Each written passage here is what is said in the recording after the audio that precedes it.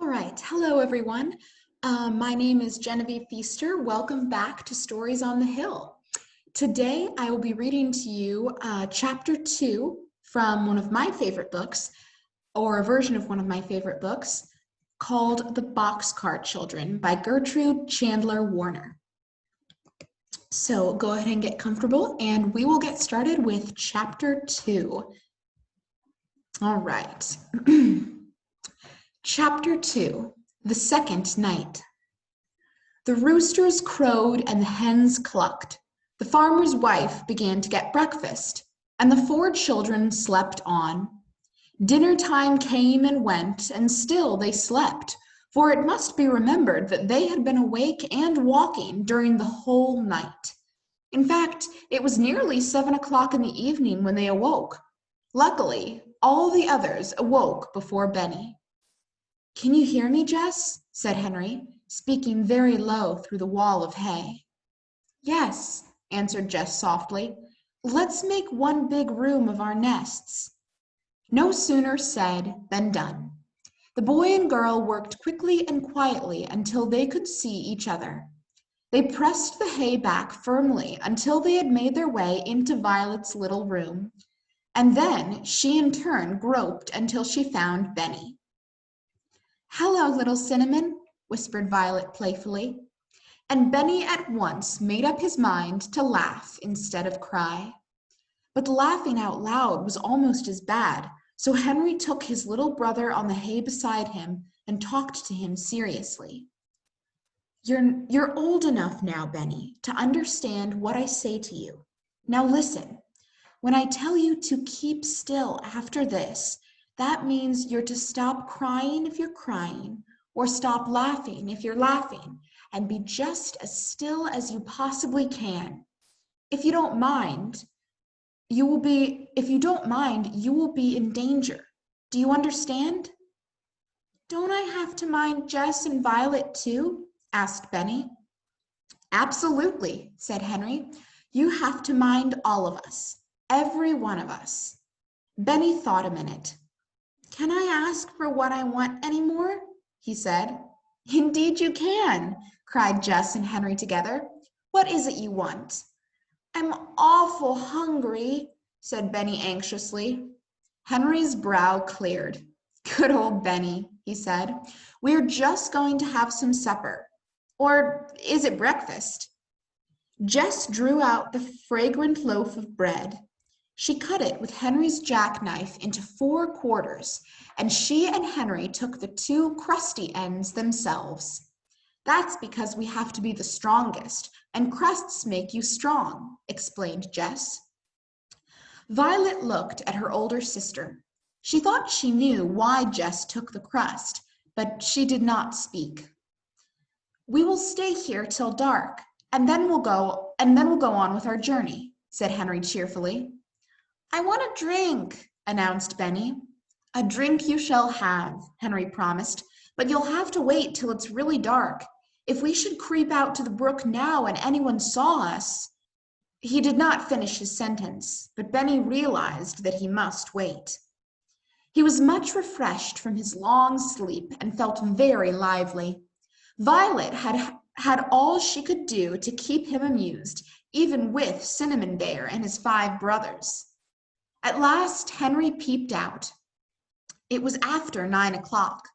There were lights in the farmhouse still, but they were all upstairs. "We can at least get a drink now," he said, and the children crept quietly to the noisy little brook not far from the haystack. "Cup," said Benny. "No, you'll have to lie down and drink with your mouth," Jess explained. And so they did. Never did water taste so cool and delicious as it did that night to the thirsty children.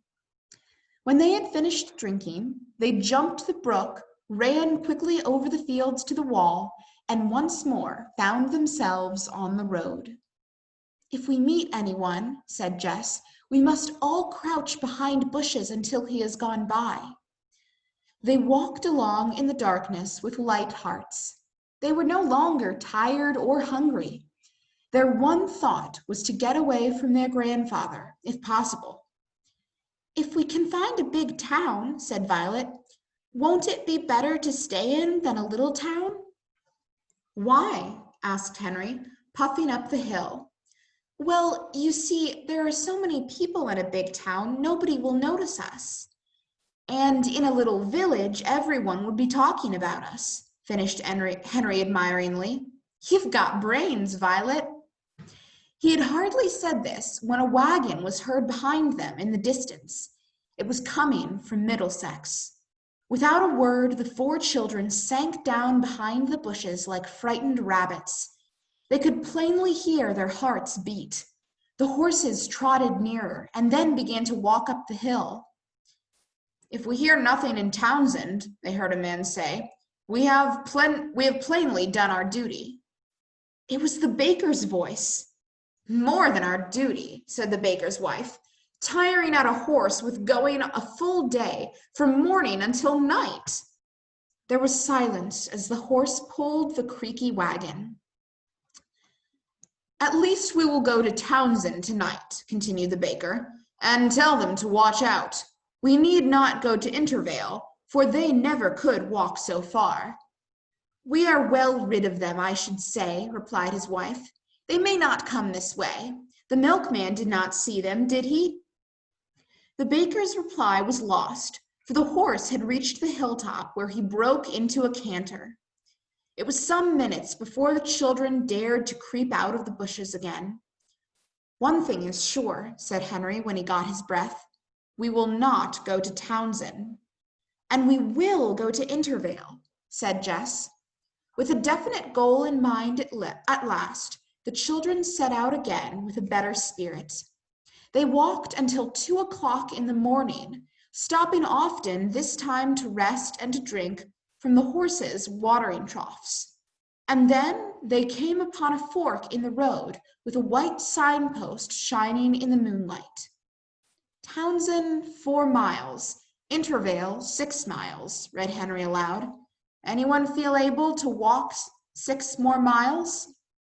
He grinned. No one had the least idea how far they had already walked. We'll go that way at least, said Jess finally. That we will, agreed Henry, picking up his brother for a change and carrying him piggyback. Violet went ahead. The new road was a pleasant woody one, with grass growing in the middle. The children could not see the grass, but they could feel it as they walked. Not many people pass this way, I guess, remarked Violet. Just then she caught her toe in something and almost fell, but Jess caught her. The 2 girls stooped down to examine the obstruction. Hey, said Jess. Hey, repeated Violet. Hey, cried Henry, coming up. What did you say? It must have fallen off somebody's load, said Jess. We'll take it with us, Henry decided wisely.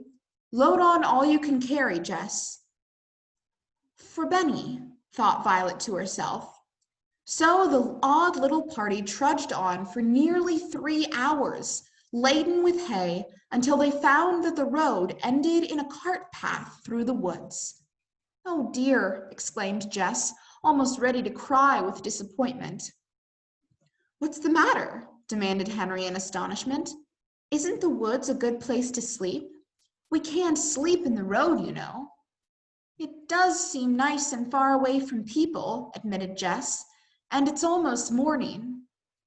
As they stood still at the entrance to the woods, they heard the rumble of a train. It roared down the valley at a great rate and passed them on the other side of the woods, thundering along toward the city. Never mind the train either, remarked Henry. It isn't so awfully near, and even if it were, it couldn't see us. He set his brother down and peered into the woods. It was very warm. Listen, said Benny. Listen, echoed Violet. More water, Benny cried, catching his big brother by the hand. It is only another brook, said Henry with a thankful heart. He wants a drink. The trickle of water sounded very pleasant to all the children as they laid down once more to drink. Benny was too sleepy to eat. Jess quickly found a dry spot thick with moss between two stones.